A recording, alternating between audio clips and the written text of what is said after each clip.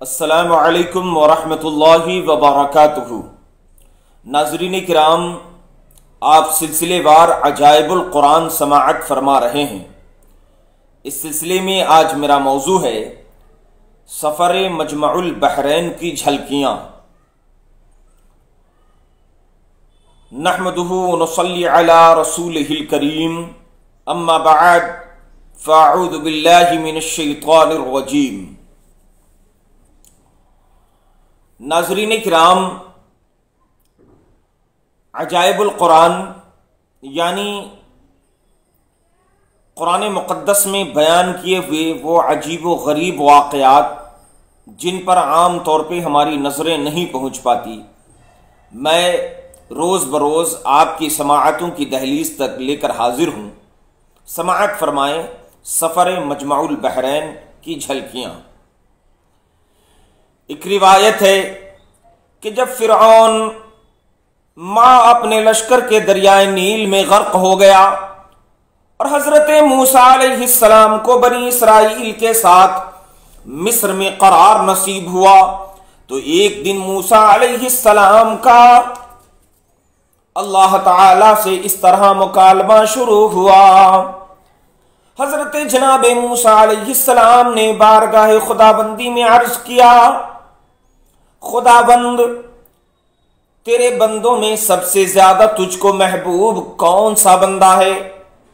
हातिफे गैबी से आवाज आई, अल्लाह रब्बुल इज्जत ने इरशाद फरमाया, जो मेरा जिक्र करता है और मुझे कभी फरामोश ना करे। जनाब मूसा अलैहिस्सलाम ने फरमाया, सबसे बेहतर फैसला करने वाला कौन है? जवाब में अल्लाह ताला ने इरशाद फरमाया, जो हक के साथ फैसला करे और कभी भी ख्वाहिश नफसानी की पैरवी ना करे। हजरत मूसा अलैहिस्सलाम ने फिर अर्ज किया, तेरे बंदों में सबसे ज्यादा इल्म वाला कौन है? जवाब बारी ताला हुआ, जो हमेशा अपने इल्म के साथ दूसरों से इल्म सीखता रहे, ताकि इस तरह उसे कोई ऐसी बात मिल जाए जो उसे हिदायत की तरफ रहनुमाई करे या उसको हिलाकत से बचा ले। हजरत मूसा अलैहिस्सलाम ने फरमाया, ए मेरे रब, अगर तेरे बंदों में कोई मुझसे ज्यादा इल्म वाला हो तो मुझे उसका पता बता दे। अल्लाह पाक ने इरशाद फरमाया, खिज़्र तुमसे ज्यादा इल्म वाले हैं। हजरत मूसा अलैहिस्सलाम ने फरमाया, मेरे मौला, मैं उन्हें कहां तलाश करूं? अल्लाह पाक ने फरमाया, साहिल समंदर पर चट्टान के पास। फिर हजरत मूसा अलैहिस्सलाम ने फरमाया, मैं वहां कैसे और किस तरह पहुंचूं? अल्लाह पाक ने फरमाया, तुम एक टोकरी में एक मछली लेकर सफर करो, जहां वो मछली गुम हो जाए वहीं खिज़्र से तुम्हारी मुलाकात होगी। तफसीर मदारिकुत तंजील जिल्द नंबर 3 सफ़ा नंबर 217, पारा 15 सूरह कहफ आयत नंबर 60। उसके बाद हजरत मूसा अलैहिस्सलाम ने अपने खादिम और शागिर्द हजरत यूशा बिन नून बिन इफ्राहिम बिन यूसुफ अलैहिस्सलाम को अपना रफीक सफर बनाकर मजमउल बहरैन का सफर फरमाया। हजरत मूसा अलैहिस्सलाम चलते चलते जब बहुत दूर गए तो एक जगह सो गए।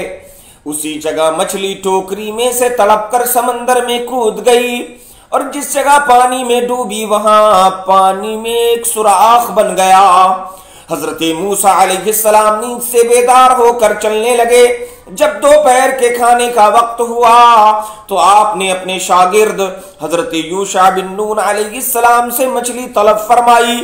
तो उन्होंने अर्ज किया कि चट्टान के पास आप जहां सो गए थे मछली कूद कर समंदर में चली गई और मैं आपको बताना भूल गया। आपने फरमाया कि हमें तो उस जगह की तलाश थी। बहरहाल फिर आप अपने कदमों के निशानात को तलाश करते हुए उस जगह पहुंच गए जहां हजरत खिज़्र अलैहिस्सलाम से मुलाकात की जगह बताई गई थी। वहां पहुंचकर हजरत मूसा अलैहिस्सलाम ने देखा कि एक बुजुर्ग कपड़ों में लिपटे हुए बैठे हुए हैं। जब हजरत मूसा अलैहिस्सलाम ने उनको सलाम किया तो उन्होंने ताज्जुब से फरमाया कि इस जमीन में सलाम करने वाले कहां से आ गए। फिर उन्होंने पूछा कि आप कौन हैं, तो आपने फरमाया मैं मूसा हूं। तो उन्होंने दरियाफ्त किया कि कौन मूसा, क्या आप बनी इसराइल के मूसा हैं? तो आपने फरमाया जी हां।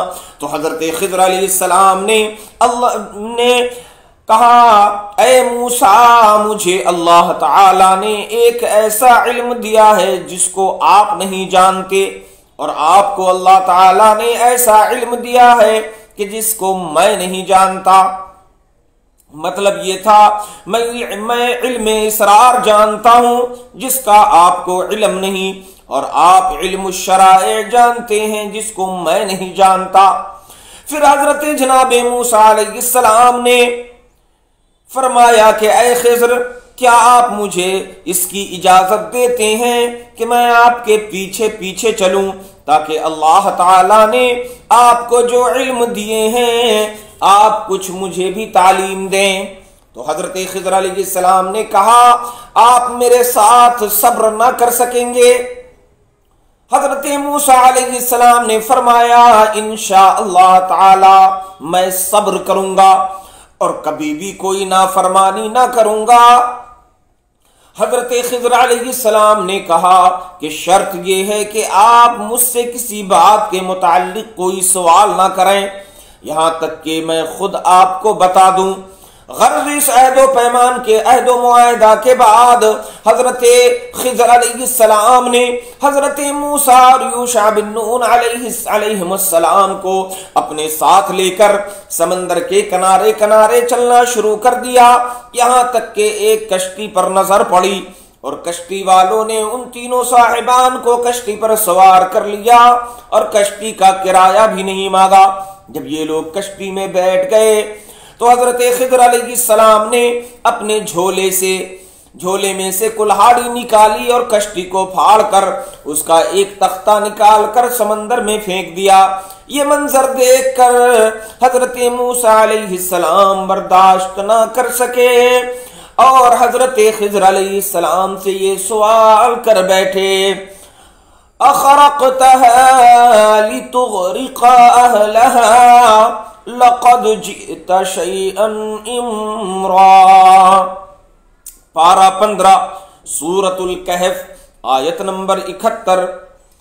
तर्जुमा कंजुल ईमान, क्या तुमने उसे इसलिए चीरा कि उसके सवारों को डुबा दो? बेशक ये तुमने बुरी बात की। हजरत खिज़र अलैहिस्सलाम ने कहा कि क्या मैंने आपसे कह नहीं दिया था कि आप मेरे साथ सब्र न कर सकेंगे? हजरत मूसा अलैहिस्सलाम ने माजरत करते हुए फरमाया कि मैंने भूल कर सवाल कर दिया, लिहाजा आप मेरी भूल पर गिरफ्त ना कीजिए और मेरे काम में मुश्किल ना डालिए। फिर ये हजरात कुछ दूर आगे को चले तो हजरत खिज़र अलैहिस्सलाम ने एक नाबालिग बच्चे को देखा जो अपने माँ बाप का इकलौता बेटा था। हजरत खिज़र अलैहिस्सलाम ने गला दबाकर और जमीन पर पटक कर उस बच्चे को कत्ल कर डाला। ये होशरुबा खूनी मंजर देखकर हजरत मूसा अलैहिस्सलाम में सब्र की ताब न रही और आपने जरा सख्त लहजे में हजरत ख्वाजा खिज़र अलैहिस्सलाम से कह दिया, अक़तल्त नफ्सन ज़किय्यतन बिग़ैरि नफ्सिन लक़द जिअत शैअन नुकरा। पारा 15 सूरतुल कहफ आयत नंबर 74। मूसा ने कहा, क्या तुमने एक सुथरी जान बेकिसी जान के बदले कत्ल कर दी? बेशक तुमने बुरी बात की। हजरत खिज़र अलैहिस्सलाम ने फिर यही जवाब दिया, क्या मैंने आपसे ये न कह दिया था कि आप हरगिज मेरे साथ सब्र न कर सकेंगे? हजरत मूसा अलैहिस्सलाम ने फरमाया, अच्छा, अब अगर इसके बाद मैं आपसे कुछ पूछूं तो आप मेरे साथ न रहिएगा। उसमें शक नहीं कि मेरी तरफ से आपका उज्र पूरा हो चुका। उसके बाद उन हजरात ने साथ साथ चलना शुरू कर दिया, यहां तक कि ये लोग एक गांव में पहुंचे और गांव वालों से खाना तलब किया। और ये जो गांव था, तफसीर में इस गांव का नाम ऐका बताया गया है। मगर गांव वालों में से किसी ने भी इन सालिहीन की दावत नहीं की। फिर उन दोनों ने गांव में एक गिरती हुई दीवार पाई, तो हजरत ख्वाजा खिज़र अलैहिस्सलाम ने इसमें आज़म पढ़कर दीवार सीधी कर दी। हजरत मूसा अलैहिस्सलाम गांव वालों की बदअखलाकी से बेजार थे ही आपको गुस्सा आ गया, बर्दाश्त न कर सके और ये फरमाया, लौ शि'त लत्तखज़त अलैहि अजरा। पारा 16 सूरतुल कहफ आयत नंबर 77। तुम चाहते तो उस पर कुछ मजदूरी ले लेते। ये सुनकर हजरत ख्वाजा खिज़र अलैहिस्सलाम ने कह दिया, अब मेरे और आपके दरमियान जुदाई है, और जिन चीजों को देखकर आप सब्र ना कर सके उसका राज मैं आपको बता दूंगा। सुनिए, जो कश्ती मैंने फाड़ डाली वो चंद मिस्कीनों की थी, और जिसकी आमदनी से वो लोग गुजर बसर करते थे। और आगे एक जालिम बादशाह रहता था जो सालिम और अच्छी कश्तियों को छीन लिया करता था और ऐबदार कश्तियों को छोड़ दिया करता था। तो मैंने जानबूझकर एक तख्ता निकाल कर उस कश्ती को ऐबदार कर दिया ताकि जालिम बादशाह के गजब से महफूज रहे। और जिस लड़के को मैंने कत्ल कर दिया उसके वालिदैन बहुत नेक और सालिह थे, और ये लड़का पैदाइशी काफिर था, और वालिदैन उससे बेपनाह मोहब्बत करते थे, उसकी हर ख्वाहिश पूरी करते थे। तो हमें ये खौफो खतरा नजर आया कि वो लड़का कहीं अपने वालिदैन को कुफ्र में ना मुब्तला कर दे, इसलिए मैंने उस लड़के को कत्ल करके उसके वालिदैन को कुफ्र से बचा लिया। और अब उसके वालिदैन सब्र करेंगे तो अल्लाह ताला उस लड़के के बदले में उसके वालिदैन को एक बेटी अता फरमाएगा जो एक नबी से ब्याही जाएगी, और उसके शिकम से एक नबी पैदा होगा जो एक उम्मत को हिदायत करेगा।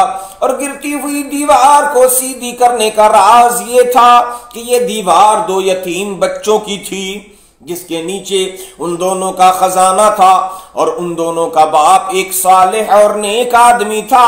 अगर अभी ये दीवार गिर जाती तो उन यतीमों का खजाना गांव वाले ले लेते, इसलिए आपके परवरदिगार ने ये चाहा कि ये दोनों यतीम बच्चे जवान होकर अपना खजाना निकालें, इसलिए अभी मैंने दीवार को गिरने नहीं दिया। ये खुदावंद ताला की उन बच्चों पर मेहरबानी है। और ऐ मूसा, आप यकीनो इत्मीनान रखें कि मैंने जो कुछ भी किया है अपनी तरफ से नहीं किया, बल्कि मैंने ये सब कुछ अल्लाह ताला के हुक्म से किया है। उसके बाद हजरत मूसा अलैहिस्सलाम अपने वतन वापिस चले आए। तफसीर मदारिकुत तंजील जिल्द नंबर 3 सफ़ा नंबर 219 ता 221 पारा 15-16 सूरतुल कहफ। हजरत खिज़र अलैहिस्सलाम के बारे में यहां जान लें। हजरत खिज़र अलैहिस्सलाम की कुन्नियत अबुल अब्बास और नाम बलिया है, और उनके वालिद का नाम मलकान है। बलिया सिरियानी जुबान का लफ्ज है, अरबी जुबान में उसका तर्जुमा अहमद है।